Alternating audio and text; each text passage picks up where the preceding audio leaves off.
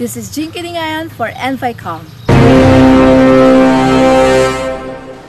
You see, Michael, I told you our environment has really something to do with this, and we have really something to do with it also. If we do not want to suffer more, let's act now. We should care for our environment. That's correct, and we should treat our environment the way we treat ourselves. Just curious, how do you treat yourself, Michael? Of course, proper hygiene, exercise, and eating my favorite food. Like? Pansit. I really love pansit na yan, and I believe many Cagayanos as well love this too. You know why? Why? Let's all find out. Watch this.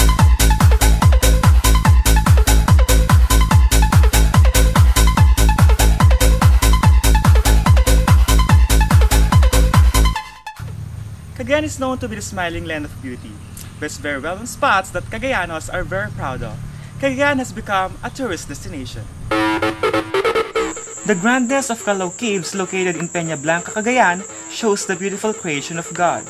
Calvary Hills located in Igig, Cagayan, and the Basilica Minor of Our Lady of Piat in the little town of Piat, Cagayan symbolize the religiosity of the Cagayanos. Cagayan is not only known for their tourist attractions but also for their special delicacies, like the pawa of Piat, patupas of Ballesteros, and the pansit patil patong of Tuguegarao City. Here in Tuguegarao, pansit patil patong satisfies every customer's palate. More than 40 carinderias are serving batil patong to 50 to 100 customers a day. Many canteen owners produce their own noodles, mostly by hand, using a mix of cassava flour, soda ash, and food coloring.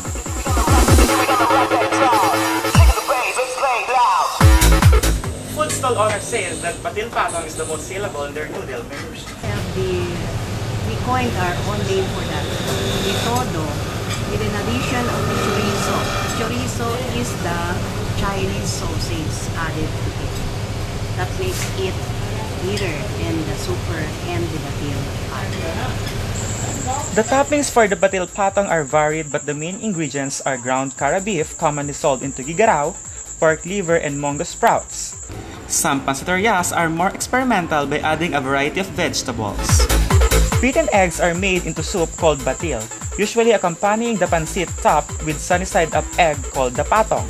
A concoction of sliced fresh onions, soy sauce, ground pepper is usually served as the perfect condiment for the noodles. Many Cagayanos and visitors love to partake of the batil patong, considered a specialty in town. Whether one is in the Tuguegarao City proper or in its barangay, one cannot miss a restaurant or canteen offering the batil patong. Batil patong is something tourists from all parts of the world try if they get to visit the warmest city in the country. No other pansit can match the batil patong's peculiarity and local flavor. Where can you find such delicious food like this? Only in our local town, Tuguegarao. Ever sinumpan for lifestyle, Cagayano.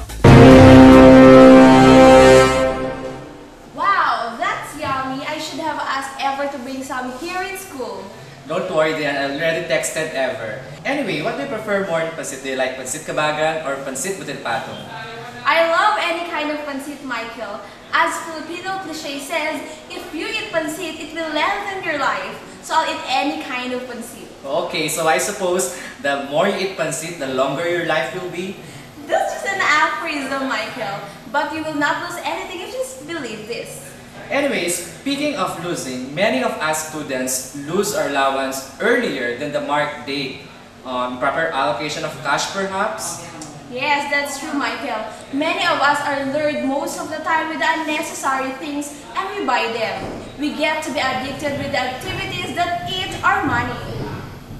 And that's more scary than not eating pansit, because if we lose our allowance, we might resort to indebtedness and more indebtedness, and worse, we might stop schooling. So what can we do to avoid this? Here's Money Watch!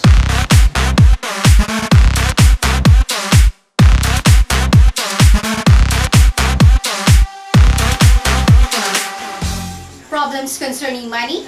Here's Money Watch to guide you and help you find ways to save your money efficiently and effectively. Because here at Money Watch, money is our priority.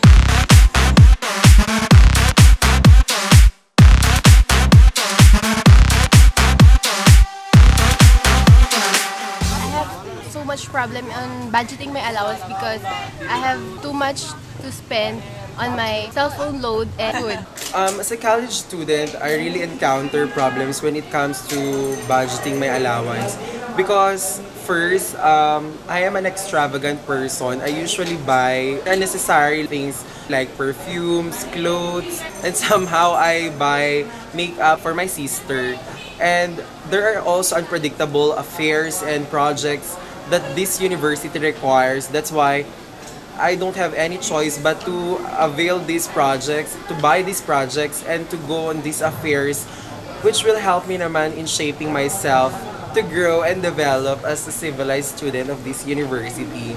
Have you experienced problems in budgeting your allowance like those students? Today at Money Watch, we will share some tips on how to budget your allowance wisely. So join me today and learn the art of budgeting. Only here at Money Watch. If you are to eat at school, you can bring with you your packed food and bottled water. It's a good way to save money. When going to school, walking is better, especially when your boarding house is near your school. Likewise, it's a form of exercise, and by walking, your money for transportation will surely be saved for future use. When shopping for school supplies, Instead of buying from mall outlets, choose to buy from markets for cheaper prices. according to Mrs. Federica Gonzalez, an economic instructor, cheaper prices of food at markets is due to the lesser price of the stall rent. Mas mahal sa mall dahil mahal ang binabayaran nila sa renta sa mall. Sa market, at least lower yung binabayaran. At saka, minsan, yung mga dun sa outlets, direct company ang mga yun. Yung nasa mall, yung mga gandang, yung mga quality products ng mga nandun. And you can recycle the leaves of your old notes. And for your book cover and notebooks, enhance your creativity by using recycled materials. That's it for Money Watch today. Always remember to prioritize your needs rather than your wants. This has been Christine Barbosa for CSU in Focus, Money Watch.